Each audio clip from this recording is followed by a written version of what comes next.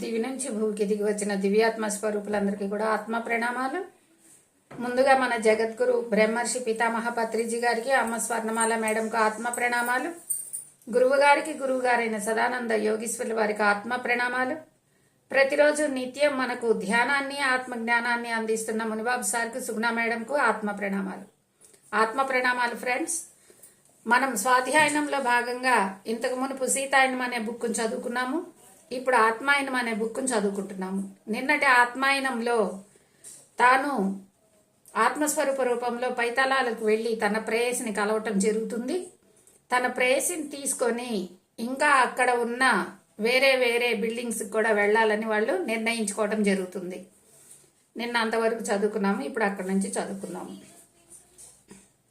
డాఫ్నీ నువ్వు కూడా మాతో వస్తావా అని చెప్పి అడగటం జరుగుతుంది. తప్పకుండా వస్తాను. మీకు ఉన్న పరిజ్ఞానంతో, మీ సాయంతో ఇంతవరకు నా పరిమిత పరిజ్ఞానంతో నేను వెళ్ళలేకపోయిన స్థలాలకు వెళ్ళగలుగుతాను అని డాఫ్నీ చెప్పడం జరిగింది. తాను 3వ తలంలో ఉన్నప్పటికీ కూడా కొన్ని ప్లేసులకి తను వెళ్ళలేకపోయింది. అంటే అక్కడ ఆత్మ పరిణితి అంతవరకే ఉండటం వల్ల ఆమె కొన్ని ప్లేసులు అక్కడ తిరిగి చూడటం జరగలేదు. ఇప్పుడు తనకి సహాయం చేయడానికి తన ప్రియుడు ఉన్నాడు, ప్లస్ భారతీయ నేస్తం కూడా ఉన్నాడు. కాబట్టి వాళ్ళతో వెళ్ళి ఆ మిగిలిన ప్రదేశాలను కూడా చూడటానికి తాను నిర్ణయించుకొని వాళ్ళతో వెళ్ళటానికి సిద్ధపడుతుంది. అప్పుడు ఆచార్యులు నన్ను చూసి, ముందు నీ వాచి చూసుకో, నీ శరీరాన్ని వదిలిపెట్టి ఎంతసేపు ఏందో చూసుకో అన్నారు. నా వాచి వైపు చూసుకున్నాను. విచిత్రంగా అది అస్పష్టంగా కనిపిస్తోంది. నాకు ఎంత టైం అయి ఉంటుందో ఊహించడానికి ప్రయత్నించాను.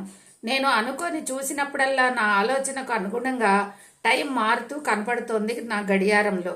ఒక్కోసారి ఒక్కో టైం కనపడుతోంది, నాకు తెలియటం లేదు. నా తలలో ఆలోచన మారే కొద్దీ నా గడియారంలో గంట కూడా మారిపోతున్నట్లు అనిపిస్తుంది.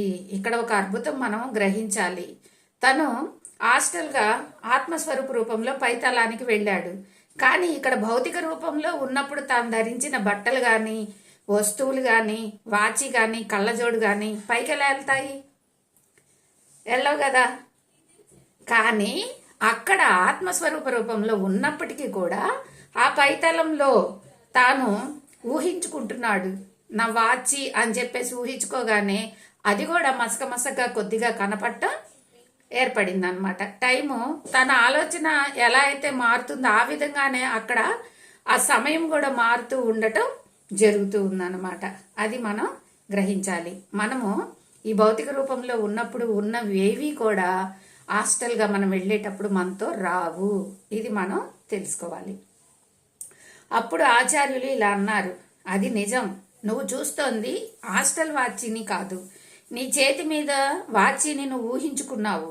చేతికి వాచి కట్టుకు తిరగటం నీకు అలవాటు కనుక టైం తెలుసుకోవాలనుకున్న ప్రతిసారి అప్రయత్నంగానే నీ చేతిని ఎత్తి చూసుకుంటావు.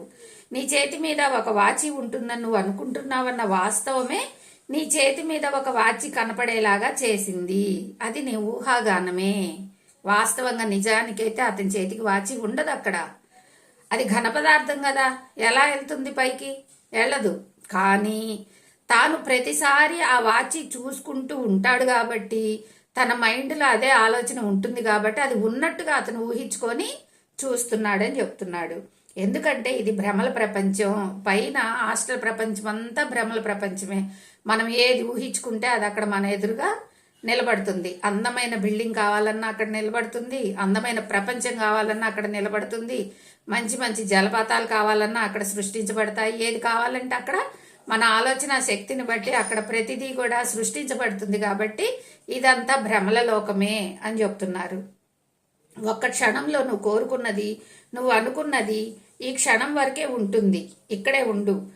నేను వెళ్ళి మనకు సంబంధించినంత వరకు టైం కరెక్ట్ ఎంతో కనుక్కొని వస్తాను. మనకు కావాల్సిందల్లా ఏమిటంటే నీ శరీరంలో ఉన్న చోట టైం ఎంతసేపట్లో తిరిగి రావాల్సి ఉంటుందో అన్నది మాత్రమే.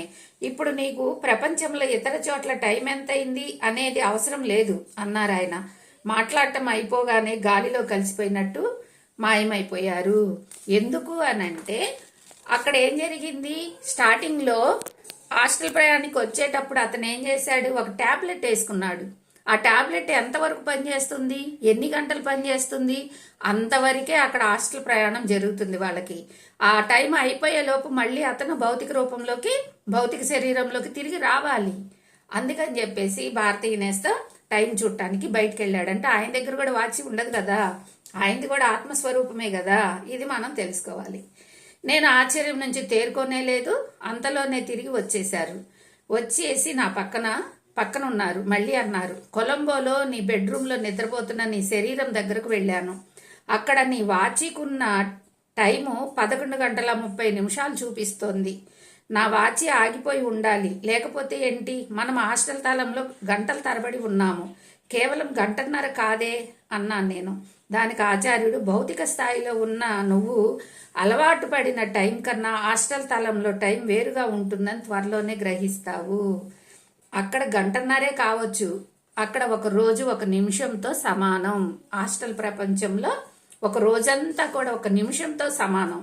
మనం ఇక్కడ ఒక రోజంతా చేసినా కూడా పైన 1 నిమిషంతో సమానం, పైన 1 నిమిషం, కింద 1 రోజుతో సమానం. అందుకని 1.5 గంటలే వాళ్ళు వచ్చింది పైకి, కానీ ఎన్నో ప్రదేశాలకు వాళ్ళు వెళ్ళటం జరిగింది. ఒక బిల్డింగ్లోకి వెళ్ళటం జరిగింది, సంగీతకారుని కలవటం జరిగింది, వాళ్ళ ప్రేయస్ని కలవటం జరిగింది, ఇంకా అక్కడ ఎంతో మందిని కలవటం జరిగింది. ఇదంతా కూడా మామూలుగా అయితే మన భూమి మీద అయితే ఎన్నో రోజులు పడుతుంది, కానీ అక్కడ ఇది మొత్తం కూడా 1.5 గంటలో అయిపోవటం జరిగిందనమాట. భౌతిక స్థాయిలో నువ్వు అలవాటు చేసుకున్న టైం కన్నా హాస్టల్ తలంలో టైం వేరుగా ఉంటుందని నువ్వు త్వరలోనే గ్రహిస్తావు. నువ్వు నీ శరీరాన్ని వదిలిపెట్టి 1.5 గంటలు మాత్రమే అయిందన్నది వాస్తవం. రేపు ఉదయం ఈ జరిగిందంతా నువ్వు కాగితం మీద పెట్టినప్పుడు నీకు ఇంకా బాగా అర్థమవుతుంది. 1.5 గంటలో నువ్వు ఎంత నేర్చుకున్నావో. భౌతికంగా నీకు అనుభవం ఉంటుంది. ఉదయం 6 గంటలకు మెలకు వచ్చాక ఇంకో 1 గంట వరకు నాకు మెలకు వచ్చుండదే అనిపిస్తుంది. అప్పుడు అటు తిరిగి ఇటు తిరిగి నిద్రలోకి జారుకుంటే ఈసారి పెద్ద కల వస్తుంది. చూడబోతే అంత పెద్ద కల రావాలి అని రోజంతా పట్టుండాలి అని నీకు అనిపిస్తుంది. అది చెప్తున్నారనమాట.